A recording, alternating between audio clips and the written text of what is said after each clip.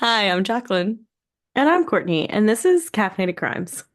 So you press the record button, and then of course it pops up like this meeting is being recorded, and like you can click OK. And I like read it, and so I almost just said like OK out loud instead of hi, my name is Jacqueline.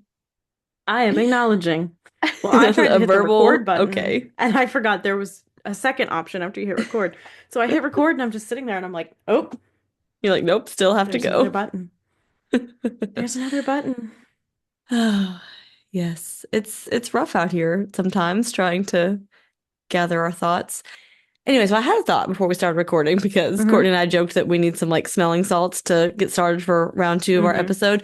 We need a drunk recording episode sometime. Not a We serious do. one, but like we need to do like a lighter topic that we can like have fun with, and we need to Mm-hmm. do a drunk episode. So let us know what Yeah. you would like to We hear need to for that episode. do like an art heist, like a Yeah. theft, like Yeah. a something where nobody dies. And like obviously Yes. there's like a monetary loss, but not like you know, Yeah. anything crazy. Nothing. Yeah. We don't want to do anything that, obviously we're going to be respectful, but we need to find something lighthearted that we could do a Mhm. drunk episode on because that would be a good time. That would be funny.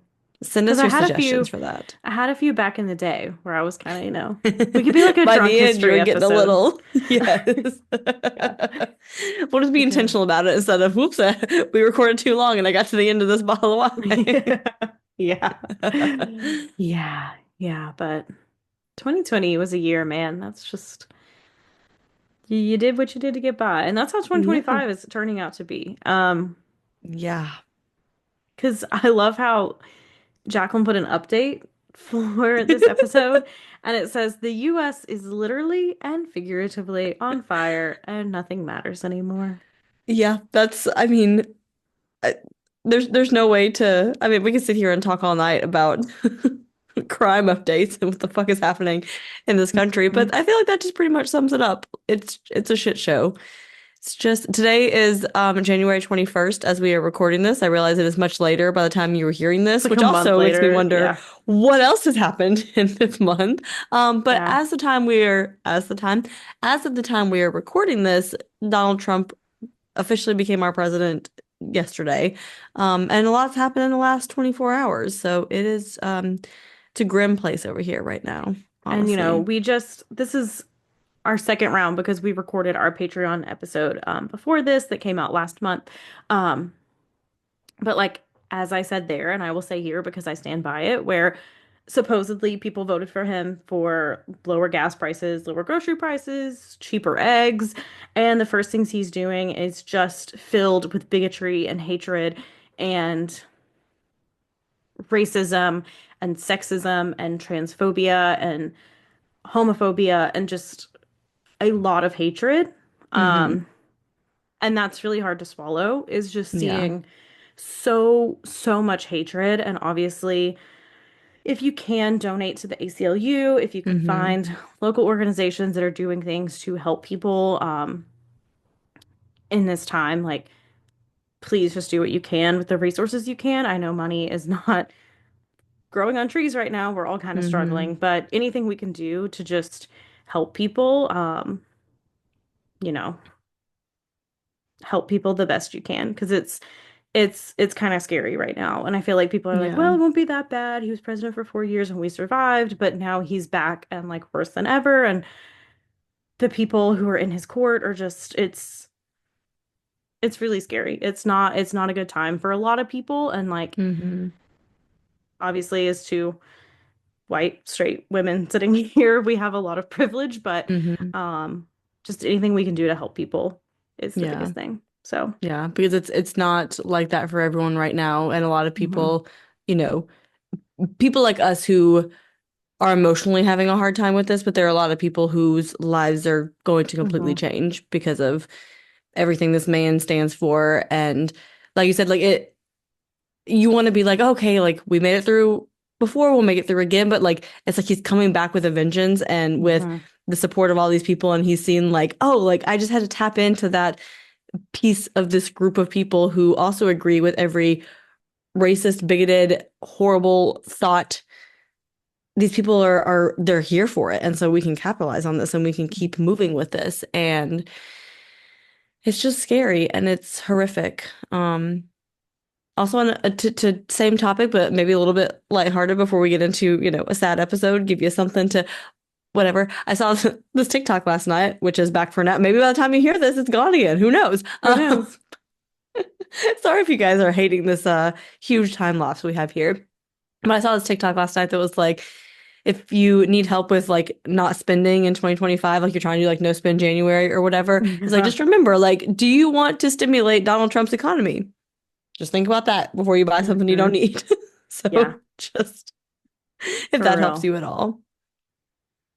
Yeah, it's and I mentioned this to Jacqueline off air that if you haven't by now, if TikTok's still around, be sure and go on TikTok to the Facebook, Instagram, MetaQuest accounts and just block them. Like, don't, Hmm. because it's very clear what's happening. Yeah. I don't know. It's, I don't know. We're here. That's Yeah. what we're doing. And we'll do what we can. Hmm.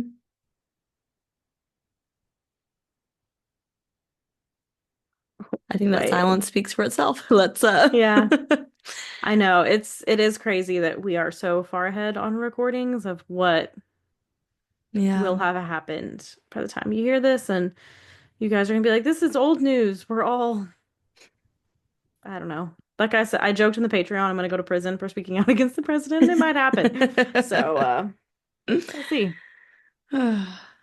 Um, should we just keep being depressed and get into this episode? Let's just do it. Let's just do it. Sorry guys that we're not very uplifting. We'll try to be uplifting at the end of the perks of the week, and hopefully we can come up with some good perks that'll Yeah. cheer everybody up. Yes. All right. So sources for this week is a Dateline episode. It's season 33, episode 6, After the Halloween Party, an NBC News article, and a People.com article. So Karen Swift disappeared after a Halloween party in Tennessee in 2011, and what could lead to this 44-year-old mother of four simply vanishing? On October 29th, 2011, hundreds of residents of Dyersburg, Tennessee, were gathered at a Halloween party at the Farms, which was like the local country club. Everyone was in costume, including Karen Swift, who was wearing a black skirt with tights and a Mardi Gras mask. She went to the party with her friends Bill and Kathy Bona, and Karen was usually the life of the party, but she just wasn't having a good time at this Halloween party. She just kind of felt like a third wheel and told a friend like she just wanted to go home.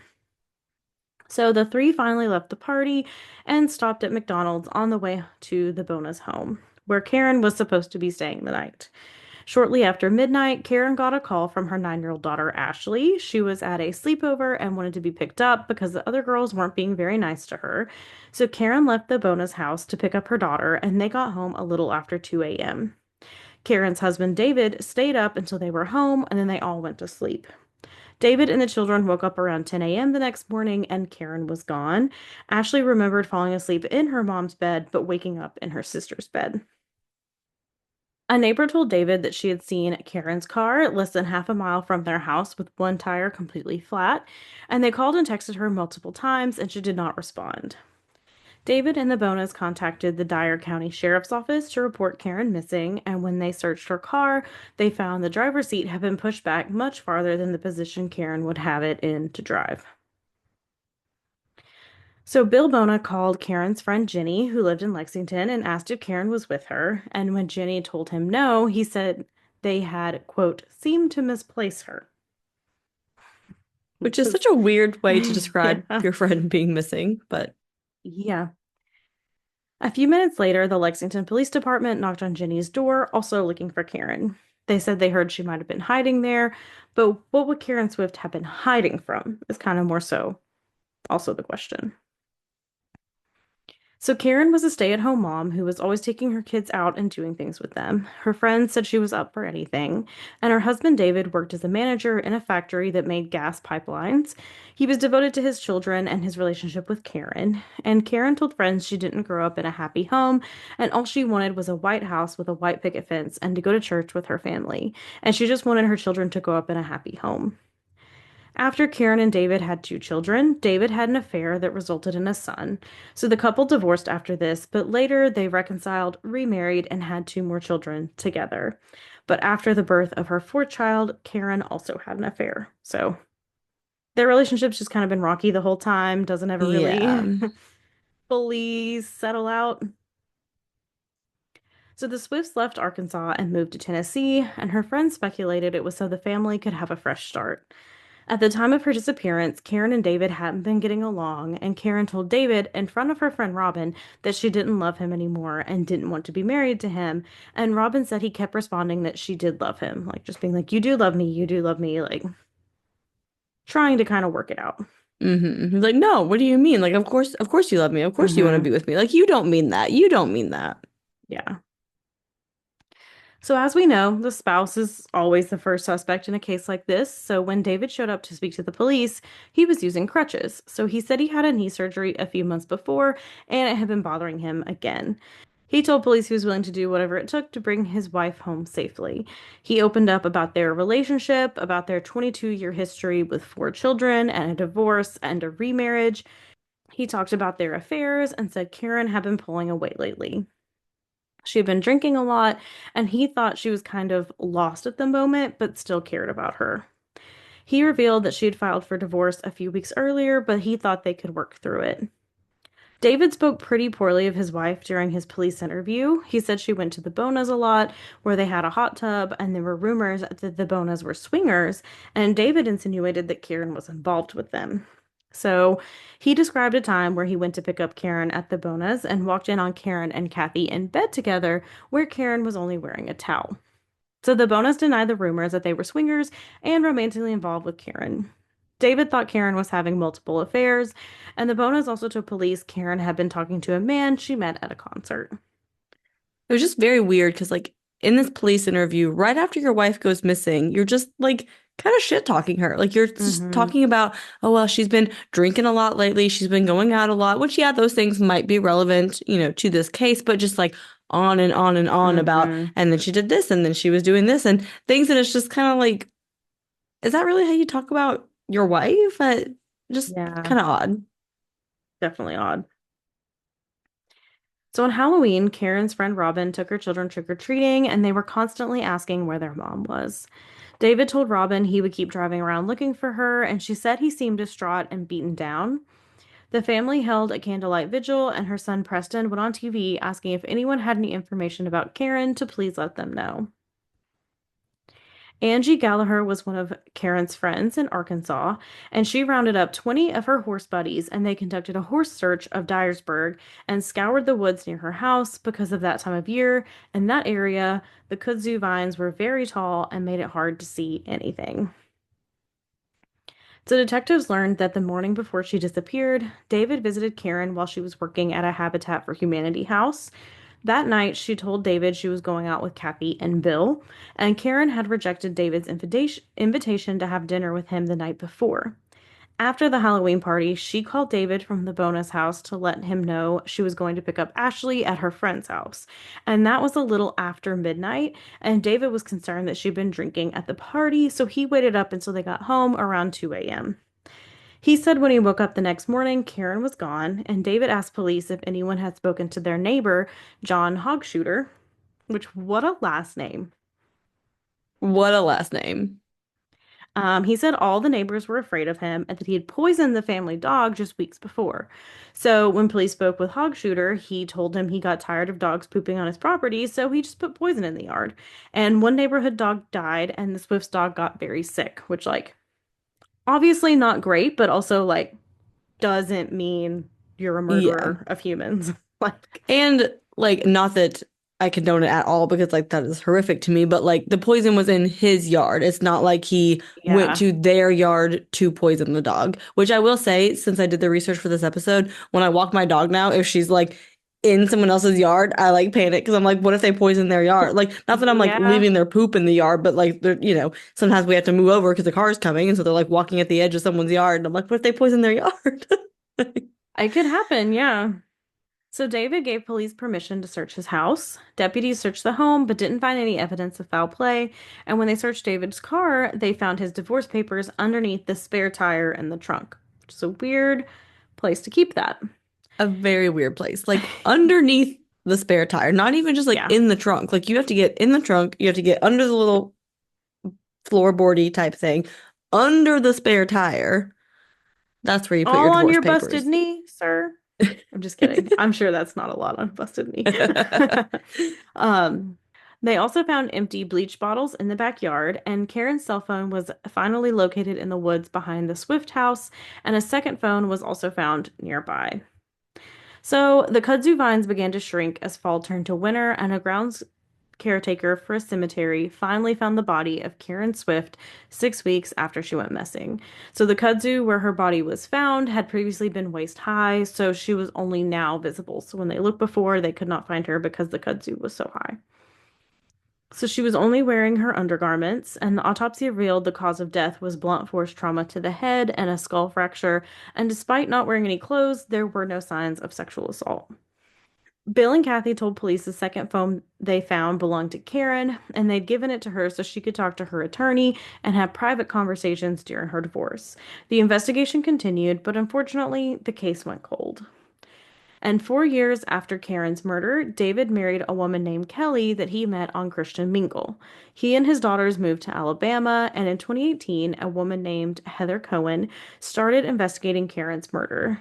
She studied criminal justice and worked as a paralegal and a licensed private investigator, and she also started a podcast called Justice Warriors, and she was determined to find out what happened to Karen. So Heather's investigation discovered that Karen was having an affair, supposedly, with a man named Bentley, and Karen and Bentley's wife Dina supposedly got into an argument at the Halloween party Karen attended the night she disappeared. Witnesses also saw a man named Daryl Sells poking around the area where Karen's body was found with a metal detector before her body was discovered.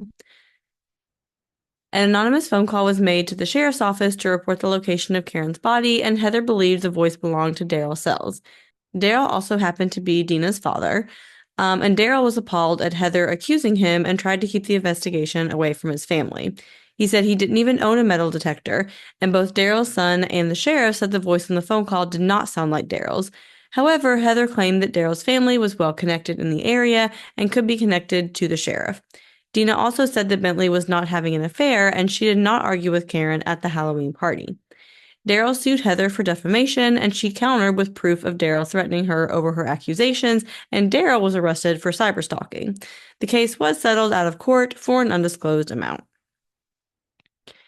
So the local district attorney had more free time when the COVID-19 pandemic began, so he started digging back into Karen's case. He actually ended up getting a search warrant to search Heather's house for all of her records because he didn't believe that she had handed over all of her evidence. So he's like, "You've looked into this case, like you have all of this," and she provided it to him, and he's like, "I don't think you gave me everything," and actually got a search warrant to find out what she had. But when he started verifying Heather's research, witnesses said like they didn't really say exactly what Heather had them on record saying, or they're like, "Oh, she kind of like distorted what I said." It didn't really seem like it was the most legit investigative journalism. Unbiased, yeah. Yeah. But Heather stands by what she said and has not wavered in her opinion. So the DA kept coming back to David Swift as the most likely suspect. Karen had vented to her friends that David was controlling and she had filed for divorce. And like we said, he kept telling her, like, no, like you still love me, and was likely trying to pressure her into staying with him. So the new investigation found internet activity on David's computer after 3 a.m. the night Karen disappeared, yet he told police he was asleep until 10 a.m. No physical evidence and no murder weapons had ever been found over the years, but in 2022, 11 years after Karen's murder, the sheriff's investigators wanted to look again and brought excavators to dig around the Swift property. So they found a burn barrel that contained a single dumbbell, and another single dumbbell without its mate had been found inside the Swift home. Unfortunately, there was no usable evidence on the dumbbell to determine if it had been the murder weapon. Investigators visited David at his new home in Alabama and asked for his fingerprints, and he did cooperate in their investigation. His new wife, Kelly, had recently filed for divorce because he prioritized his kids over their marriage, which is interesting. Weird. Yeah, but we'll come back to Kelly. But I mean, that's kind of what you would expect. So DA Goodman was worried that the case against David would fall apart if they waited much longer to arrest him. So, although they lacked strong physical evidence, some of the investigators and witnesses that had been involved in the initial investigation had passed away, and so he was worried about like losing more statements that could help implicate David during a trial. So he's like, I don't really have a ton of like physical evidence, but if I'm ever going to have the opportunity to take this man to trial, it's now. I think I should just go for it. Hmm. On August 8th, 2022, David was pulled over by police and taken into custody. He was charged with first-degree murder and the death of his wife, Karen. He went to trial in May of 2024, so pretty recently. And in his opening statement, the DA said that this case would not provide the type of strong physical evidence that you see on TV, but that they would provide pieces of a puzzle that would indicate what happened to Karen Swift. So Kathy Bona testified about David's temper and controlling nature toward Karen, and she denied any allegations of a relationship with Karen, as did her husband Bill. So the prosecutor asked about David's story of Karen and Kathy being in bed together, and Kathy said that that night she was already in bed for the night. Like, Karen had come over, they were hanging out. Kathy was tired, she went to bed, and Karen was drunk and then came in her room with her towel on from the hot tub and like laid down on top of the covers. So like Kathy is still under the covers, getting ready to go to sleep. And then Karen's just like laying on top of the covers, still in her towel from the hot tub. So she's like, it wasn't like what David described it as. Yeah, I mean, every girl has gotten drunk and gone to her overly sober friend and been like, "Hi, I'm Yes. gonna lay in your bed." Like, doesn't mean they're in Or a a sober relationship. friend has also done that. A sober friend has Right? done that to the drunk friend in bed. I'm just kidding. So detectives also found a sleep aid medication on Karen's bedside table, and that medication showed up during her autopsy. So thinking of her possibly leaving the house, on her own, like she did have the sleep medication in her system, it would be a little difficult to leave with that. Hmm. Both of her phones were inactive after 2 a.m., so they don't believe Karen left the house on her own. But at 3 a.m., someone was accessing David's computer and deleting photos of Karen. So the prosecutor claimed that David moved their daughter Ashley into her sister's room since she had fallen asleep in Karen's bed and then somehow got Karen into the garage. So the cause of death was blunt force trauma to the head that was so violent it caved the skull in. So they believed that David had stomped Karen to death. Friends testified about David's knee surgery and his injury and him being on crutches at the time of Karen's murder, and his physical therapist also testified about his physical limitations from the knee injury. So they didn't believe it would have been possible for him to murder her and dispose of her body with this knee surgery injury being on crutches. However, one neighbor testified that David helped him carry hay right before Karen's death and said he had not been using crutches. So at what point did the crutches come back? Kind of unclear. Hmm. And the DA believes that him using crutches at that time and supposedly recently re-injuring his knee was faked to make it seem like he could not be responsible for Karen's murder. So maybe he set this up ahead of time. Karen's secret phone was also connected to the house Wi-Fi, and someone called the voicemail at 9:55 a.m. from the Swift house, which remember at what point Karen was gone and everyone had just kind of woken up or were about to Hmm. wake up. And the prosecution said David was the only one who had access to the phones and had to have dumped them after Karen went missing. David's defense team said the claim that the call was made that morning was inaccurate and used faulty technology.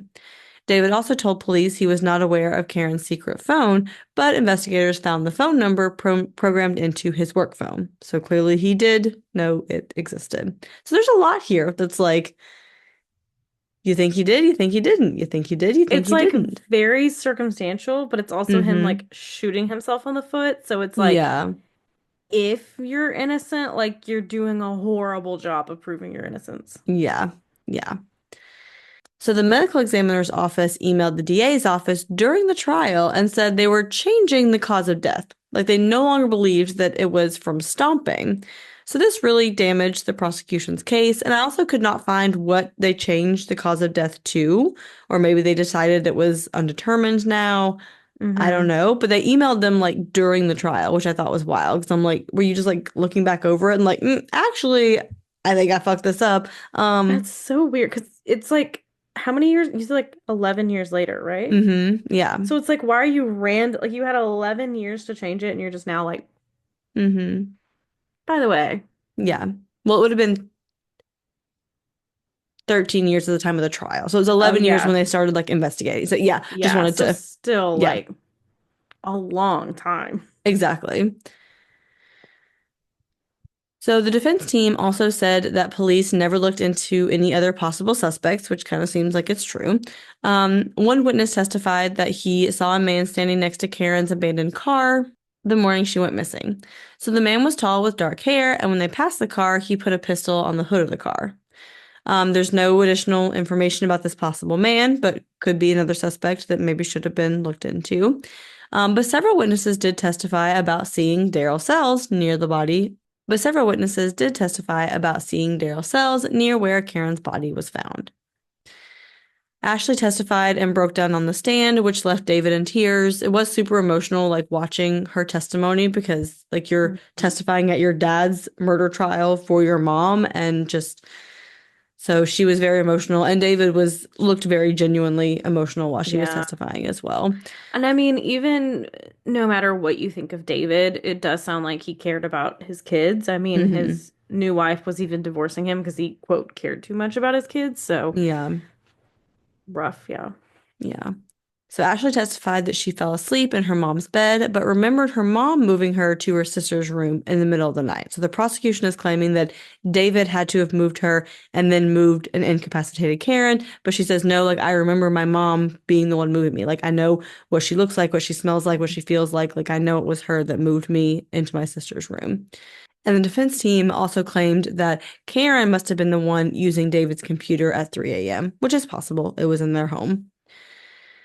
So in June of 2023, while David was out on bail awaiting trial, he went to Alabama to see his wife Kelly. So Kelly had previously reached out to Karen's friend Angie to ask if David had like done certain things to Karen like he was doing to her, including putting a tracker on her vehicle and like calling her nonstop. Like she said like, like 23 times like in like an hour, just like Yeah. back to back like nonstop calling.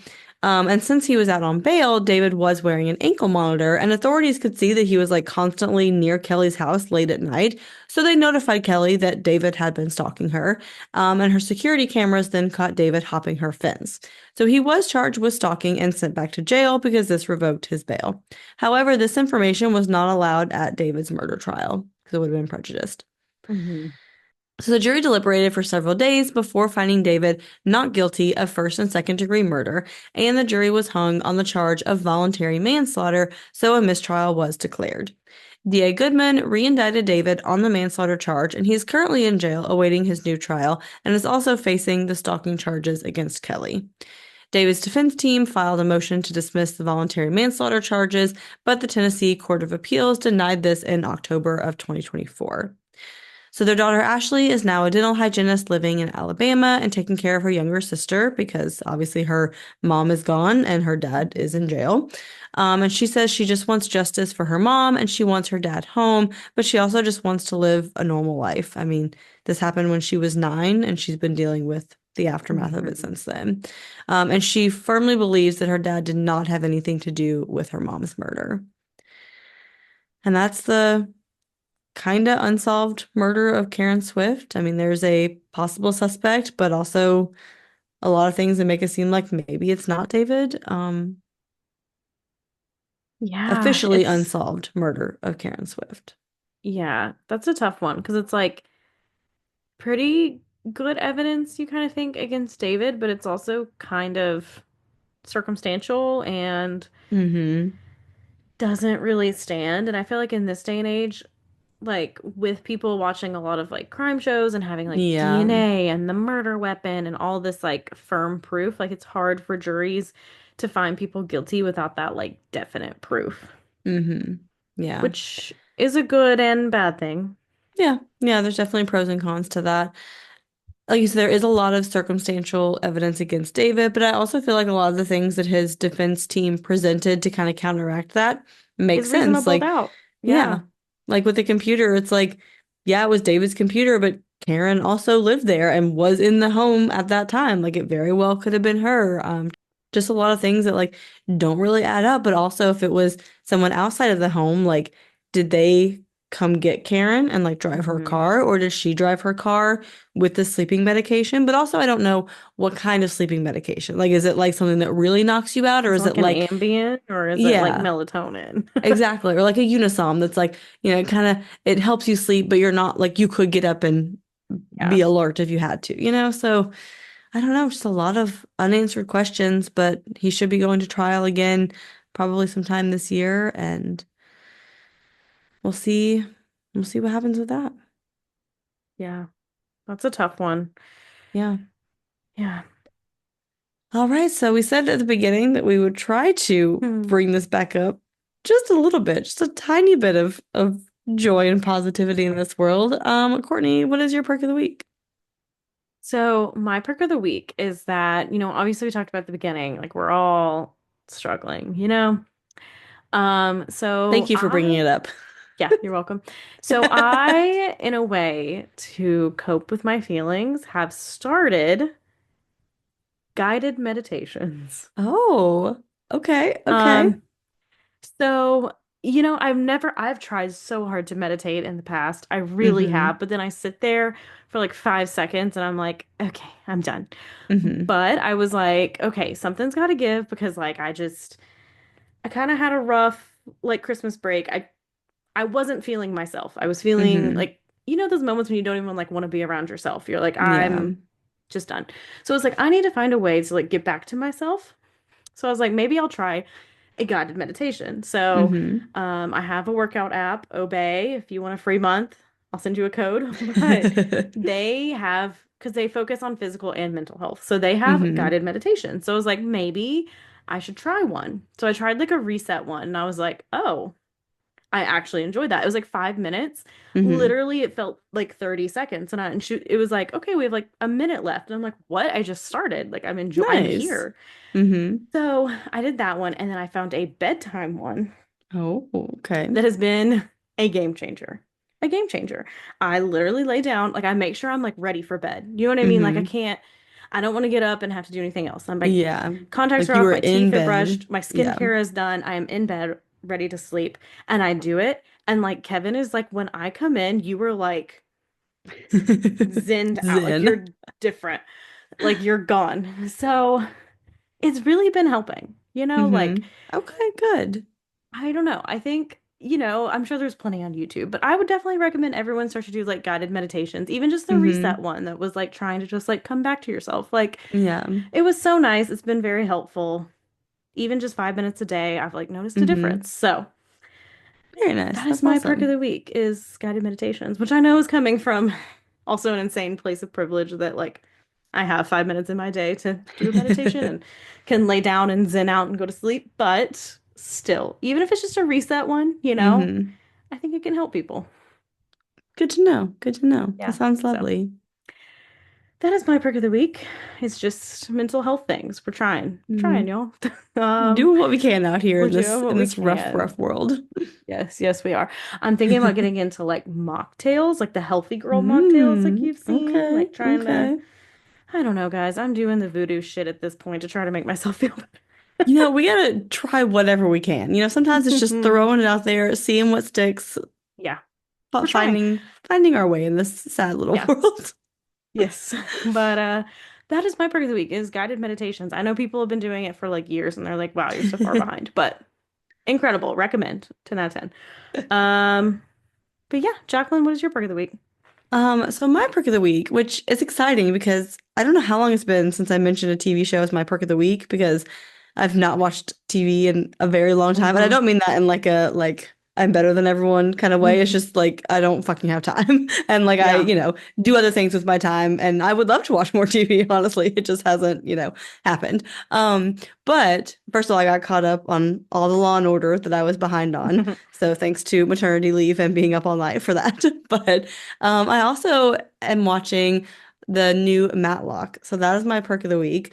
Um, Oh, so it with stars Kathy Kathy Bates? Bates. Yes, yes. And it's really good. I really enjoy it. Like Nice. I heard about it on the Office Ladies podcast when they interviewed Kathy Mm-hmm. Bates and she mentioned, that was what she was working on. And I was like, oh, like that, like she described it. And I was like, oh, that sounds interesting. And so I watched the first episode and I was like, okay. And then I watched like two more and I was like, okay, I'm really liking this. So That's my perk of the week. I'm sure it's 8 episodes, so I'll finish it in 2027 and we can talk about it Well, then.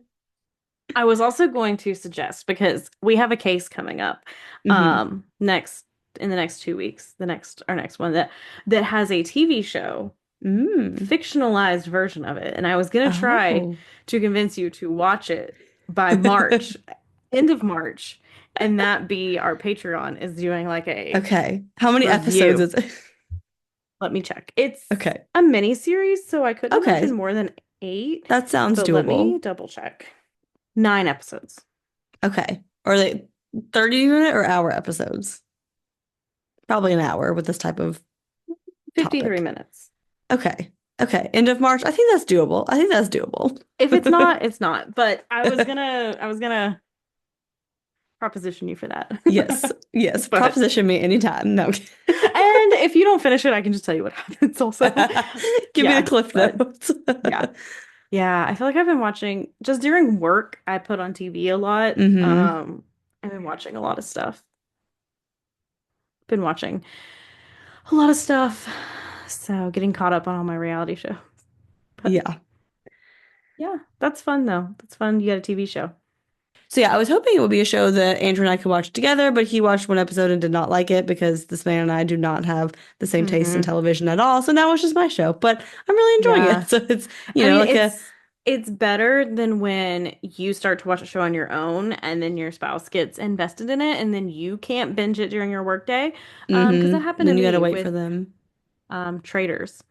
I started Mm. watching it as like my in-between show, and Kevin started watching it. He's like, I like these kind of shows. I want to watch these kind of shows. And I was like, yeah, damn it. I love how your impersonation of Kevin sounds nothing like Like him. Kevin. Like not even a single bit. Not even close. Oh Oh, God. but yeah, he he's hooked. I could kind of tell, like during the first episode, like he was kind of on his phone, and then he would kind of look Mm. up, and then kind of, and I was like, And slowly starts. shit.